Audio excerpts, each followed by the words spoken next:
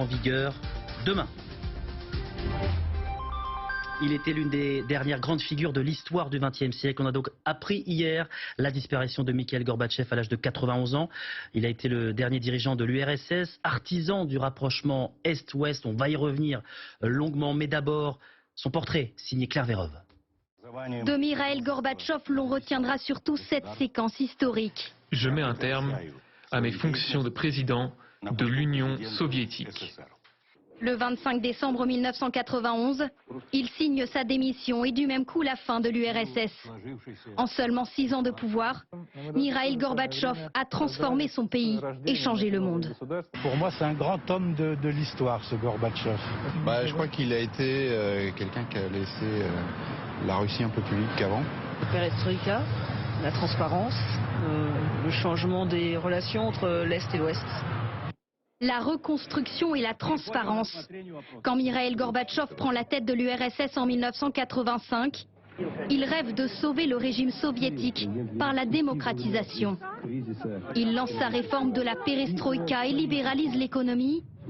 Sa politique de la glasnost lève le voile sur les crimes du régime.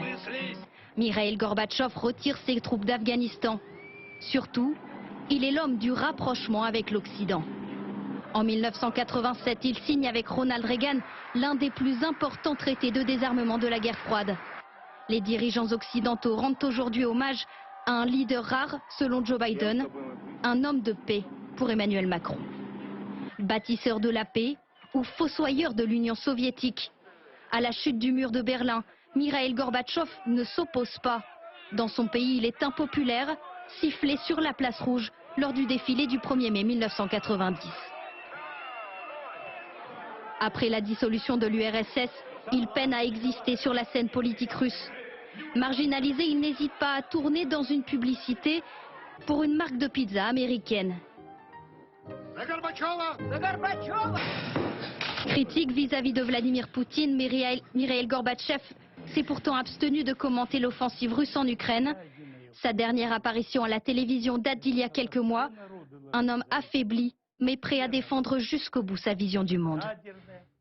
Voilà, j'accueille nos invités. Bonjour Juliette Cadio. Bonjour. Historienne, directrice d'études à l'École des hautes études en sciences sociales à Paris, spécialiste de la Russie impériale et soviétique. J'accueille également Christian Maigrelis. Bonjour.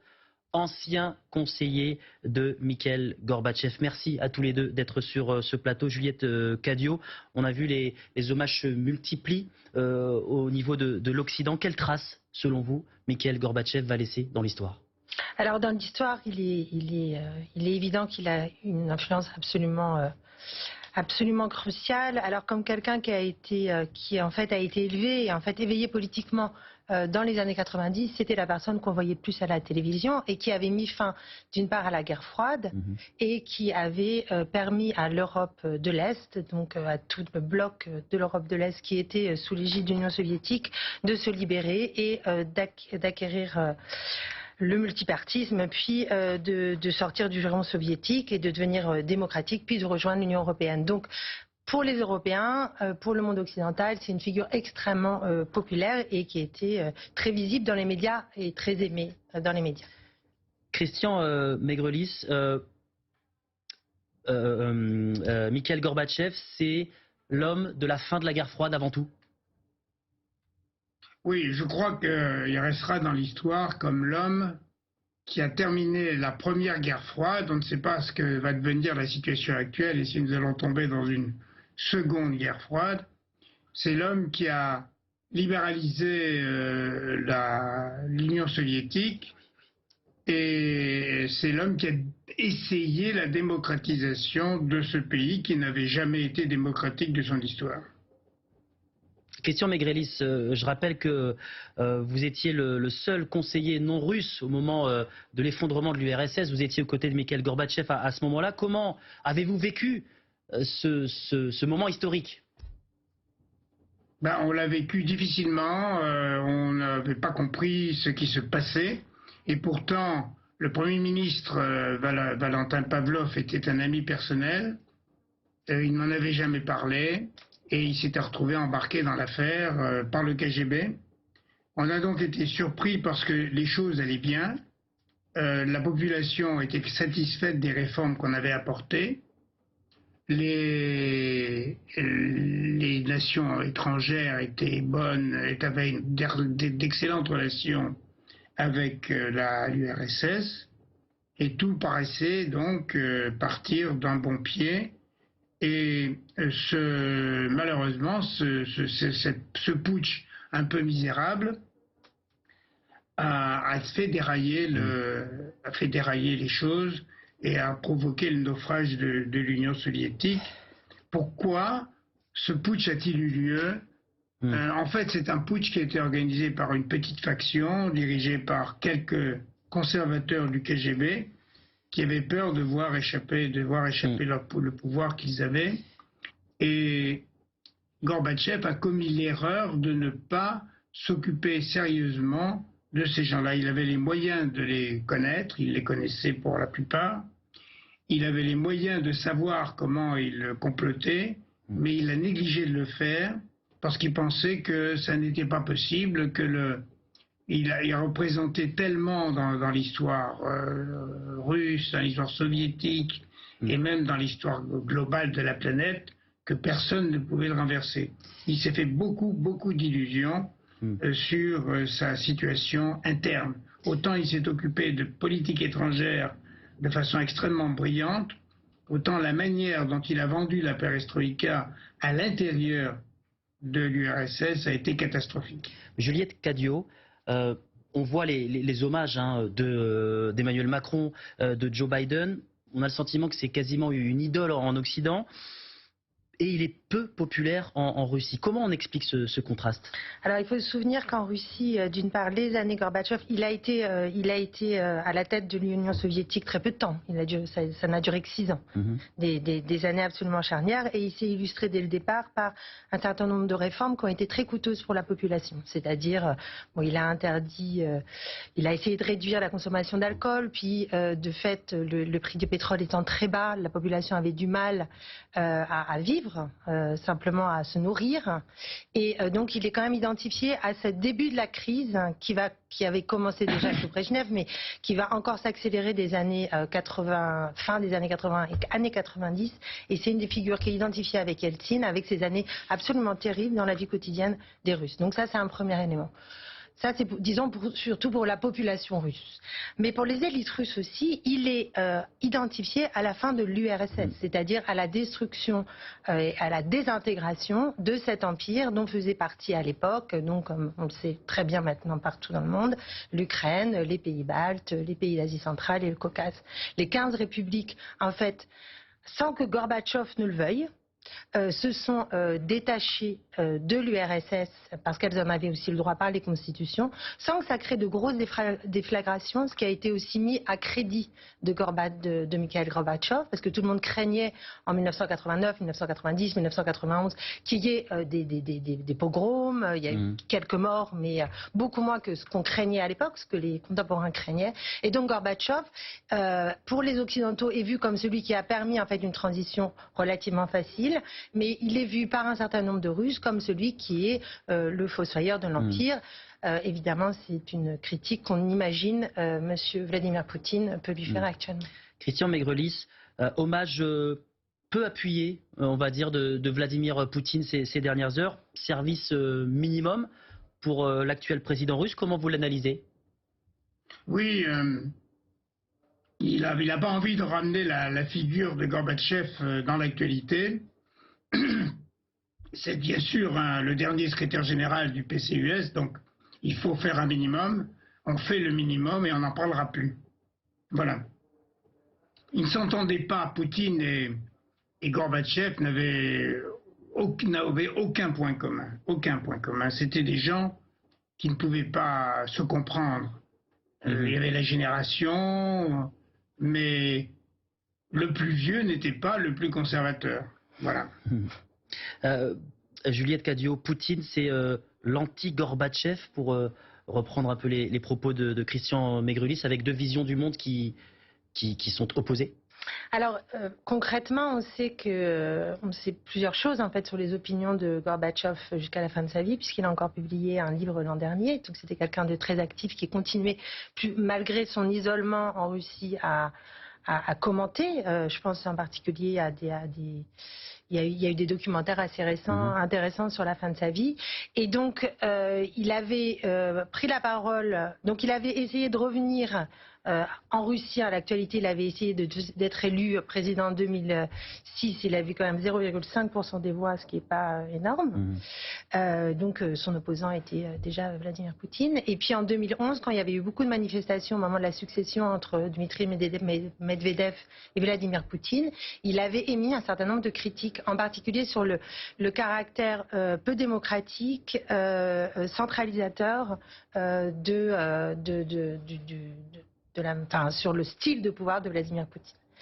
Par contre, en 2014, il ne s'était pas opposé du tout à l'annexion de la Crimée par Vladimir Poutine. Donc, encore une fois, cette idée, son rapport à ce que fut cet empire, ce que fut cette grande Russie ou cette URSS avec les 15 républiques, reste ambivalente. Donc voilà, donc un rapport ambivalent tout de même.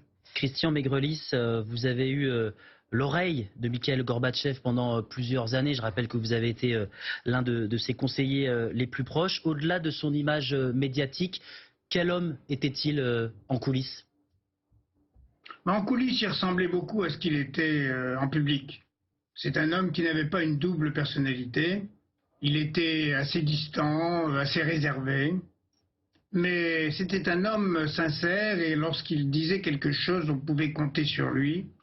Et il avait eu deux grandes qualités que n'ont pas son successeur. La première, c'est de connaître les problèmes, d'entrer au fond des problèmes. Et la deuxième, c'est d'avoir une vision qui était une vision réaliste de l'avenir de l'URSS. Alors je voudrais en profiter pour régler un point qui me paraît important, qui est loin d'être un point de détail sur la réputation de Gorbatchev. Tout le monde dit que Gorbatchev a détruit l'Union soviétique. Or, il faut se rappeler que l'Union soviétique a été détruite par la signature de Boris Yeltsin, pas par la signature de Gorbatchev, et que jusqu'au dernier moment, Gorbatchev a essayé, au contraire, de laisser l'URSS se développer et rester unie. Ça a toujours été son point focal. L'URSS est un grand État, une grande nation, et il ne faut pas la diviser.